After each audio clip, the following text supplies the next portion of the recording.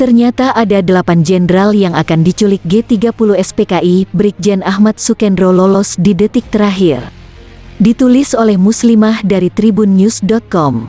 Partai Komunis Indonesia merencanakan menculik 8 jenderal.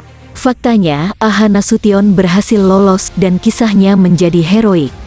Nasution selamat, namun putrinya Ade Irma Suryani Nasution dan ajudannya, Letu Pierre Tendean, menjadi korban penculikan PKI. Dalam pertemuan terakhir operasi penculikan Dewan Jenderal di Rumah Syam Kamaruzaman, di Salemba Tengah, pada tanggal 30 September tahun 1965, ternyata ditaklimatkan nama 8 jenderal yang akan dijemput. Mereka adalah Jenderal AH Nasution, Letnan Jenderal Ahmad Yani, Maijen Suwondo Parman, Maijen R. Suprapto, Maijen Mas Tirtodarmo Harjono, Brigjen Donald Izakus Panjaitan, Brigjen Sutojo Siswomi Harjo, dan Brigjen Ahmad Sukendro. Siapa Brigjen Ahmad Sukendro dan mengapa ia selamat dari penculikan? Ahmad Sukendro dilahirkan di Banyumas tahun 1923. Seperti banyak anak muda seusianya, di zaman Jepang, ia memilih mendaftar menjadi anggota PETA. Saat revolusi, Sukendro bergabung dengan divisi Siliwangi. Nasution yang menemukannya segera tahu dia bukan perwira biasa. Cara berpikir dan kemampuan analisa Sukendro di atas rata-rata perwira lainnya. Karena itu saat Nasution menjadi KSAD, ia menarik Sukendro sebagai Asintel 1 KSAD. Nyatanya, Sukendro tak mengecewakan. Pada 1957, saat perwira-perwira daerah resah dengan kebijakan Jakarta dan berniat menuntut opsi otonomi, Sukendro, tentunya atas perintah Nasution, menggelar operasi intelijen.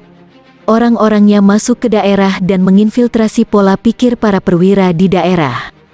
Hasilnya, saat suasana memuncak praktis hanya komandan di Sumatera lewat PRRI dan Sulut lewat Permesta yang menyatakan diri berpisah dari Indonesia. Lainnya menarik dukungannya dan tetap dalam kibaran merah putih.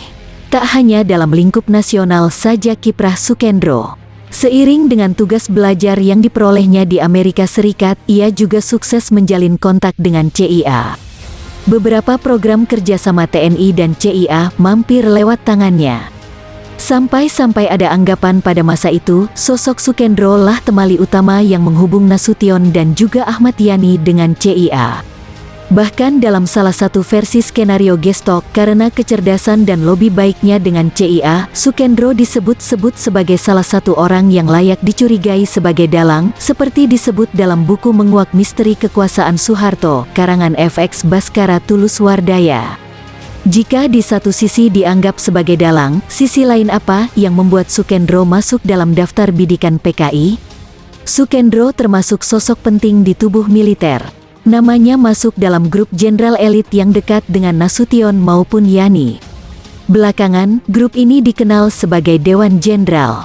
Anggotanya 25 orang, namun 4 motornya adalah Maijen S. Parman, Maijen MT Haryono, Brigjen Sutoyo Siswomi Harjo, dan Brigjen Sukendro sendiri. Grup ini aktif melakukan counter politik untuk menandingi dominasi PKI. Nah, pokal Sukendro ini tentu saja membuat PKI geram.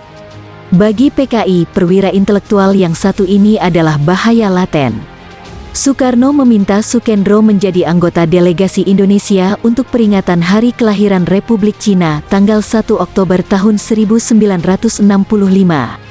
Selamatlah dia dari korban penculikan. Selepas peristiwa itu, peran Sukendro mulai tersisih oleh kiprah Ali Murtopo.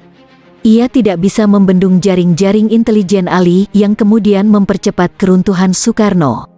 Namun setidaknya, Sukendro masih mencoba berupaya. Apa yang disebut mantan Dubes Kuba dan juga teman dekat Soekarno, A.M. Hanafi dalam biografinya, memperlihatkan hal itu. Pada tanggal 11 Maret tahun 1966, ketika Presiden diikuti para waperdam tergopoh-gopoh menuju Bogor, karena takut dengan pasukan Kemal Idris, Sukendro menyarankan A.M. Hanafi untuk mengejar Presiden, dan menempelnya dimanapun juga Soekarno berada. "Jangan tinggalkan Bapak sendirian," kata Sukendro. Sepertinya, insting intelijen Sukendro masih cukup tajam untuk membaca arah zaman. Sayang, A.M. Hanafi hanya bisa menyesal karena tak kebagian helikopter pada hari itu. Petang itu juga utusan Soeharto berhasil mendapatkan surat penyerahan kekuasaan atau Super Semar. Ketika Soeharto naik ke puncak kekuasaan, bintang Sukendro praktis redup. Namun meski tenggelam, ia tak lantas terdiam.